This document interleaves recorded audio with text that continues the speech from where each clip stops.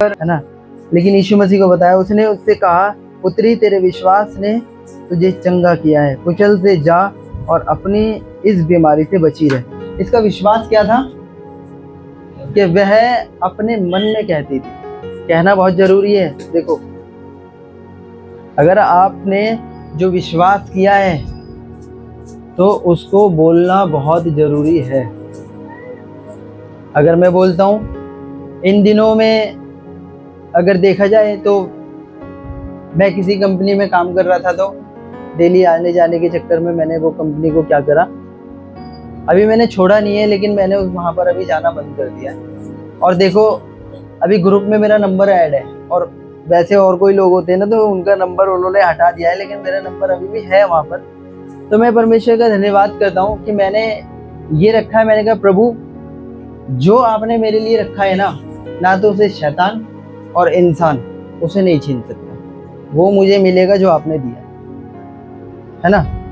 और मैंने ये अंगीकार, ये विश्वास किया कि प्रभु मैं इस बार सबसे ज़्यादा काम करूँगा, क्योंकि मेरी उम्मीद आपसे है और इस बार आप काम मुझे दोगे। तो परमेश्वर का धन्यवाद कि ये अंगीकार करना बहुत ज़रूरी है। आप जैसा अपने लिए चाहते हो वैसा शुरू करना पड़ेगा।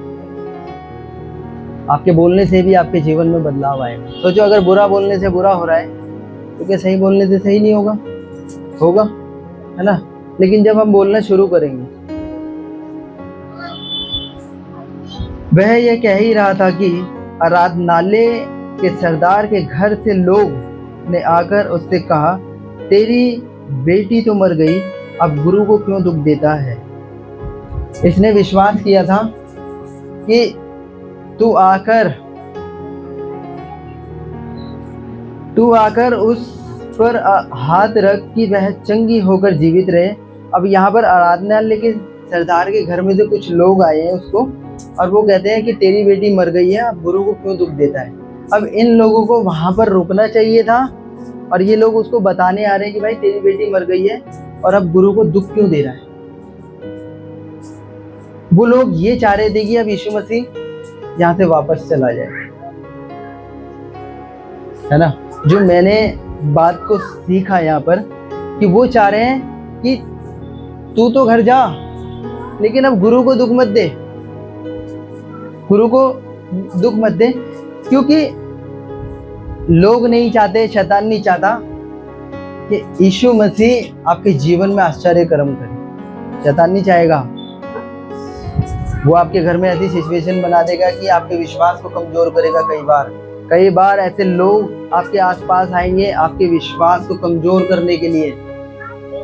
देखो वो कौन लोग हैं जो बोलते हैं आपको, अरे तुम कहाँ जाते हो, अरे तुम तो बेकार जा रहे हो, अरे तुमने अपने देवी देवता छोड़ दिए। ये ऐसे लोग हैं, उनको क्या फर्क पड़ रहा है सोचो। लेकिन शैतान को दिक्कत हो रही है आपके यहाँ पे आने से, क्योंकि शैतान को पता है अगर ये वहां जा रही है इसकी आशा टूटेगी नहीं। इसने जो प्रभु से मांगा है वो तो पूरा करेगा, और अगर ये वहां पर चली गई तो मैं फिर इसके घर से निकलूंगा, मुझे जाना पड़ेगा, क्योंकि अब यीशु मसीह आ रहा है ना। अब वो रास्ते में है। क्यों? अब लोग कह रहे हैं कि तू गुरु को दुख मत दे। क्योंकि मैंने जब ये चीज सीखी कि अब वो व्यक्ति अपने जीवन में इतने बड़े काम को देखने वाला है, इतने बड़े आश्चर्य कर्म को देखने वाला है जो उसने सोचा नहीं था। सोचो, आप अपनी लाइफ के अंदर इतने बड़े कार्य को देखने वाले हो, पता है।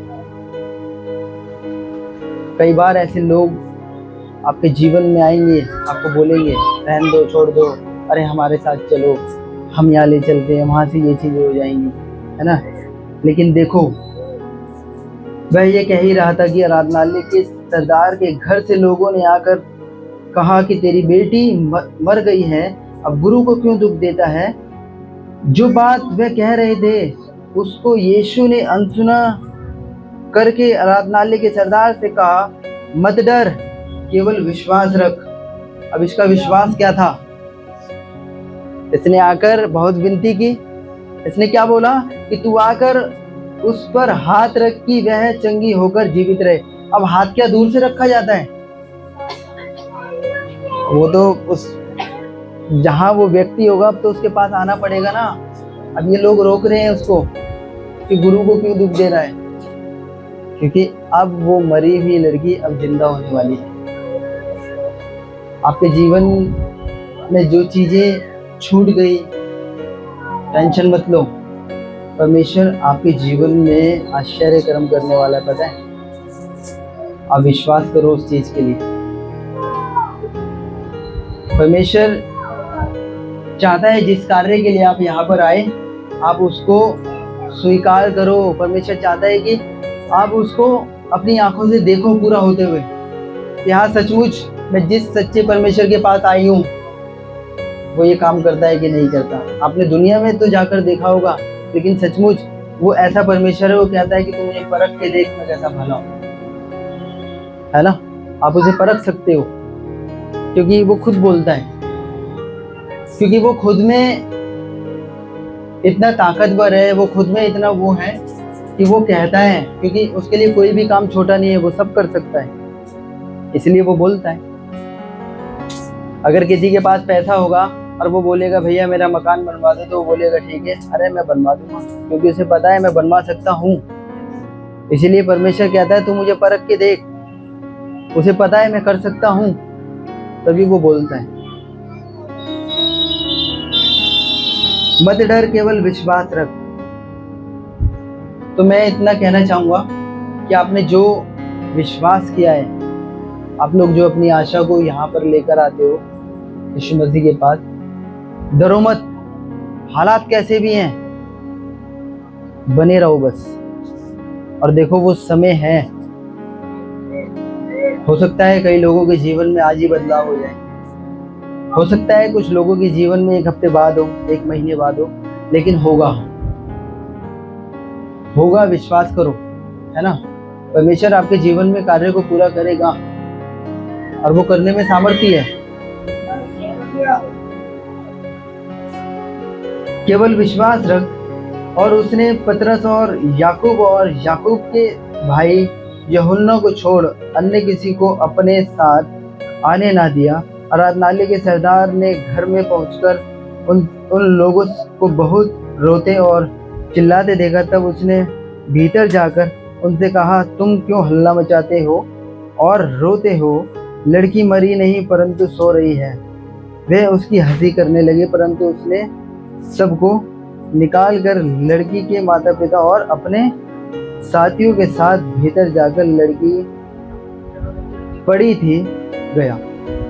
अब देखो यीशु मसीह ने कहा कि भाई तुम यहाँ पर क्यों रो रहे हो, हल्ला मचा रहे हो, है ना। वो उसकी हंसी करने लग गए। अब सोचो अगर तुम्हें देखकर अगर कोई हंसने लगे तो कितनी जल्दी गुस्सा आता है ना, भाई क्यों हंस रहा है।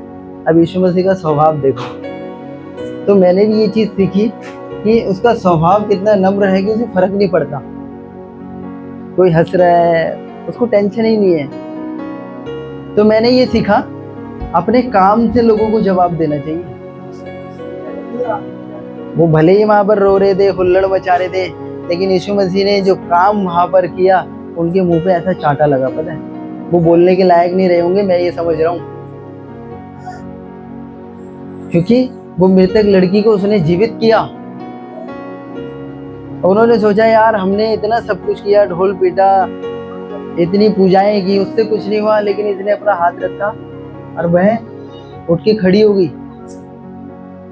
तो वो भी सोच रहे होंगे कि यार कुछ तो बात है ना। लेकिन यीशु मसीह को कुछ फर्क नहीं पड़ा, है ना। तो इस व्यक्ति का विश्वास था कि तू चलकर अपना हाथ उस पर रख। एक वो कह रहा है, एक उसने बोला कि वो अपने मन में कह रही थी, एक उसके पास जाकर कह रहा है कि तू चल। देखो विश्वास कई तरीके के दिखाई आ रहे हैं। कोई अपने मुंह से कह रहा है, कोई कह रहा है तू साथ चल, प्रभु आज तू मेरे साथ मेरे घर चलेगा, मेरे घर के हालातों को बदलेगा। हो सकता है किसी का ये विश्वास हो सकता है कोई मन में, कोई प्रार्थनाओं में उन विषय को रखता हो। तो एक चैप्टर और निकालते हैं, अभी टाइम है। मत्ती 9 अध्याय और उसका 21 वचन 5 का। हाँ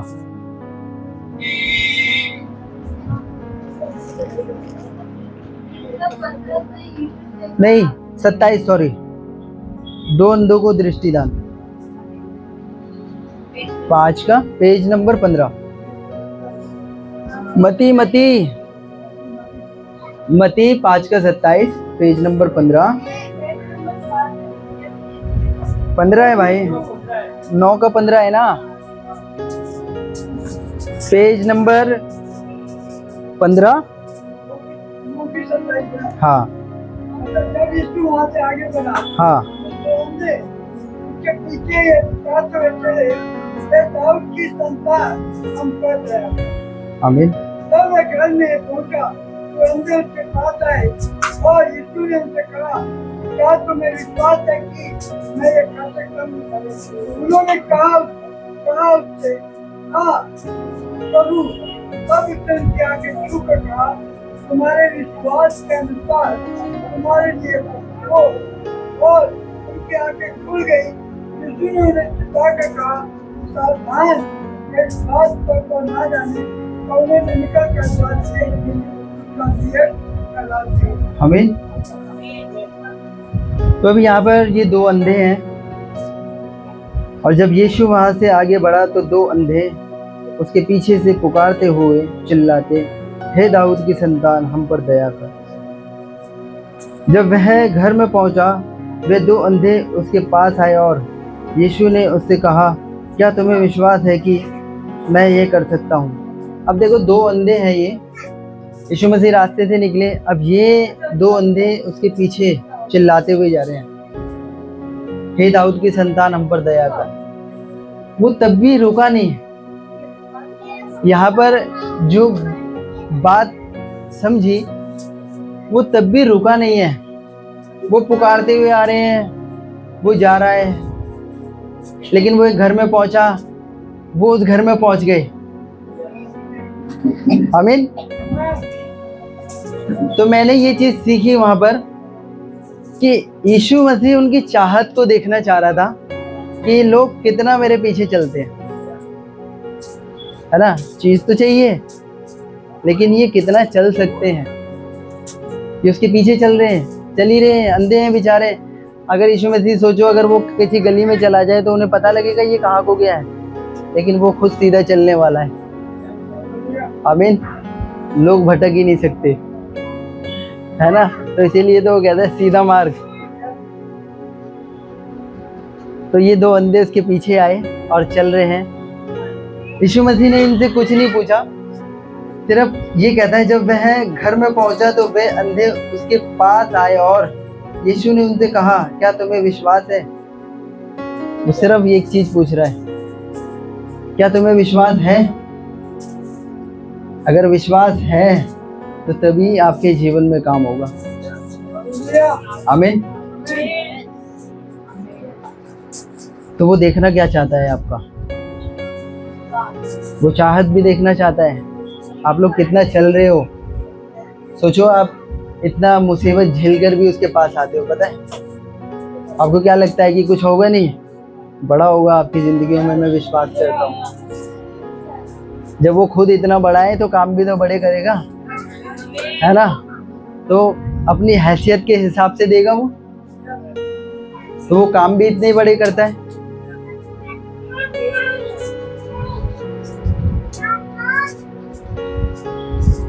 यीशु ने उनसे कहा, क्या तुम्हें विश्वास है कि मैं ये कर सकता हूँ? उन्होंने उससे कहा, हाँ प्रभु। तो उनका ये कहना, उनकी वो चाहत थी कि वो उसके पीछे चल रहे हैं, चिल्लाते हुए उसके पीछे दौड़ रहे हैं, उसके पीछे उस घर तक पहुंच गए। देखो आज आप लोग कहाँ तक आ गए हो, आ गए ना। तो ये आपकी चाहत है। कई बार हमें पता लगता है कि यार हम यूं ही जा रहे हैं, है ना, कुछ हो नहीं रहा, कुछ बदल नहीं रहा, लेकिन सच बताऊं, बदलता है, परमेश्वर बदलता है। समय लगता है थोड़ा, लेकिन वो धीरे धीरे धीरे धीरे हमारी जिंदगी में बदलाव करता जाता है। वो सिखाता हुआ, वो समझाता हुआ हर चीजों को। मैं समझता हूँ कि आने वाले इतने समय में वो इतना कर देगा कि आप परेशान नहीं होगे किसी भी चीज़ से, क्योंकि हम सीख रहे हैं, है ना, धीरे धीरे। पहले मैं कभी कभी परेशान होता था, कई बार ऐसा भी होता है, देखो कई बार मेरे पास पैसे नहीं होते घर में, मेरी वाइफ भी होती है, मैं भी होता हूँ, लेकिन लेकिन ये चीज़ें कैसे हुई, कैसे चीज़ें बदली। मैं बोलता था कि कोई बात नहीं, टेंशन नहीं लेनी है, प्रभु है ना जब तक। अगर घर में पैसे नहीं तो क्या हो गया, पैसों को देने वाला है ना, वो तो है ना, वो तो गायब नहीं हुआ, वो तो कहीं नहीं गया। मैंने बोला चिंता नहीं करनी है, ठीक है, कुड़कुड़ाना नहीं है, बुरे वक्त में परमेश्वर का धन्यवाद करना है, खुश रहना, मस्त रहना है ना। और परमेश्वर का धन्यवाद, मैं पहले चिंता करता था, अब नहीं करता। अब सच बताऊं, मेरे पास कुछ शो ऐसे आते हैं मैं मना कर देता हूँ। और कई बार ऐसा होता है कि जहाँ पर अगुवाई नहीं होती मैं नहीं जाता, जहाँ तक मेरे को अंदर से नहीं आता भाई नहीं करना तो नहीं करना। जरूरी नहीं है कि पैसा, कोई बात नहीं, प्रभु है देने के लिए, प्रभु है संभालने के लिए, लेकिन आपको ऐसे समय में परमेश्वर का धन्यवाद करना है, शुक्रिया करना है, कुड़कुड़ाना नहीं है। तूफान आया, नहीं प्रभु हम खत्म हो गए, नष्ट हो गए, आपके साथ है वो। आप नहीं कर पाओगे, आपकी जगह वो उन चीजों को शांत करेगा, लेकिन आपको शांति देगा, क्योंकि वो शांति देने वाला परमेश्वर, आमीन, है ना। वो आपको सुकून देने वाला प्रभु है। आपको चिंता करने की आवश्यकता नहीं है, आपको विश्वास, अपनी चाहत, बस आप अपने विश्वास को अंगीकार में रखो, है ना। आप चाहते हो कि आपके परिवारों में आपके बच्चों के जीवन बदले, धन्यवाद प्रभु आपने बदल दिया है, मैं विश्वास करती हूँ। बस ये है हमारा कर्म। आप चाहते हो कि मैं अच्छा लाइफ जीऊं, प्रभु शुक्रिया कि आपने हमारी जिंदगियों को और बेहतर बना दिया है। तो डेली आपका बोलना आपकी जिंदगियों को बेहतर बनाता है। और उन्होंने उससे कहा हाँ प्रभु। तब उसने उनकी आंखें छूकर कहा, उन्होंने ये विश्वास किया होगा कि तो हमारी आंखों को छुएगा और वो ठीक हो जाएंगे। तो प्रभु जानता है विश्वास को, है ना। तब उसने उनकी आंखें छूकर कहा, तुम्हारे विश्वास के अनुसार तुम्हारे लिए हो। किसके साथ हो? तुम्हारे विश्वास के अनुसार तुम्हारे लिए हो। और उनकी आंखें खुल गईं, आमीन। और यीशु ने उन्हें चिताकर कहा, सावधान, कोई इस बात को ना जाने। पर उन्होंने निकलकर सारे देश में उसका यश फैला दिया। वो अपने घर नहीं गए, उसके कामों में लग गए। वो उन्होंने प्रचार करना शुरू कर दिया, क्योंकि उन्हें पता था कि यार हम अंधे कोने में बैठे हुए हैं, लेकिन जैसे हमने देखा है अब हम खुद निकल कर लोगों को दिखाएंगे, है ना, उसके बारे में बताएंगे। तो वो लोग बैठे नहीं, उन्होंने काम करना शुरू कर दिया। प्रभु ने मना भी किया लेकिन उन्होंने नहीं किया, क्योंकि उन्होंने अपने जीवन में उस आश्चर्य कर्म को देखा। उन्होंने देखा है कि भाई एक विश्वास करने से कैसे चीजें बदल जाती हैं। उन्होंने कोई पैसा नहीं दिया, कुछ नहीं दिया, सिर्फ उनकी चाहत और उनके विश्वास ने उनके जीवन में काम किया। तो मैं ये समझता हूँ कि परमेश्वर ने आपको इतना विश्वास दिया है, बढ़ाया है ना। आप आते हो यहाँ पर, अपना समय देते हो, परमेश्वर जानता है आपके समय को। आप यहाँ पर आते हो, सुनते हो, है ना, वो सब प्रभु जानता है, आपकी हर जरूरत को जानता है ना। क्योंकि बाइबल बताती है कि जब तू प्रार्थना करे तो अन्य जातियों के समान बकबक ना करना, क्योंकि उनको लगता है उनके बहुत बोले जाने से उनकी सुनी जाएगी, क्योंकि तुम्हारा पिता जानता है कि तुम्हें इन वस्तुओं की आवश्यकता है ना। तो जरूरी नहीं है कि बकबक करना, प्रभु ये, प्रभु वो सब जानता है आपके हालातों को। सिर्फ आपको ये बोलना है, 100 बातों को लेकर सिर्फ 4 बातों में खत्म करो, प्रभु धन्यवाद आपने बदल दिया, बस आपकी प्रार्थना सुन ली गई है। घुमा फिराकर प्रभु को बताने की जरूरत नहीं है। संसारिक लोग घुमा फिराकर बात करते हैं, लेकिन हमारे यीशु मसीह को सीधी बातें पसंद है, जो है उसके सामने खोलकर।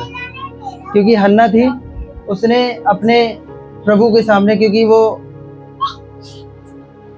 एक पति की 2 पत्नियां थी, एक बांझ थी और एक के 2-3 बच्चे थे तो वो उसको चिढ़ाते थे, है ना। तो हर दिन उस घर में तानों को सुनती, परेशान होती, है ना, तानों को सुन रही थी। लेकिन वो बांझ थी। लेकिन वो एक दिन प्रभु के पास गई, है ना, उसके चरणों में बैठी। उसने प्रभु को अपना सब हाल सुनाया। वो जो भी थी उसने अपने मन की बातों को उसने अपने प्रभु के सामने उंडेल दिया, खोल दिया कि प्रभु मुझे ये दिक्कत है, परेशानी है। और सचमुच परमेश्वर ने उसको एक संतान दी। सोचो, एक बांझ स्त्री को उसने संतान दी। सारा जो 90 वर्ष की थी, उसको प्रभु ने उसको संतान दी। तो ये मत देखो कि यार सब कुछ चला गया है, प्रभु नया करने वाला है। वो इतना सामर्थ्य है, हर चीज दोबारा बना सकता है ना, क्योंकि वो खुद में एक ताकतवर है ना। हम लोग ये समझ सकते हैं कि यार अब नहीं हो पाएगा, लेकिन परमेश्वर कर सकता है। आपको ये विश्वास करना है कि वो कर सकता है बस, और आपके लिए होगा। मैं विश्वास करता हूँ। तो प्रभु का धन्यवाद। इन वचनों से परमेश्वर आपको बहुत सारी आशीष दे।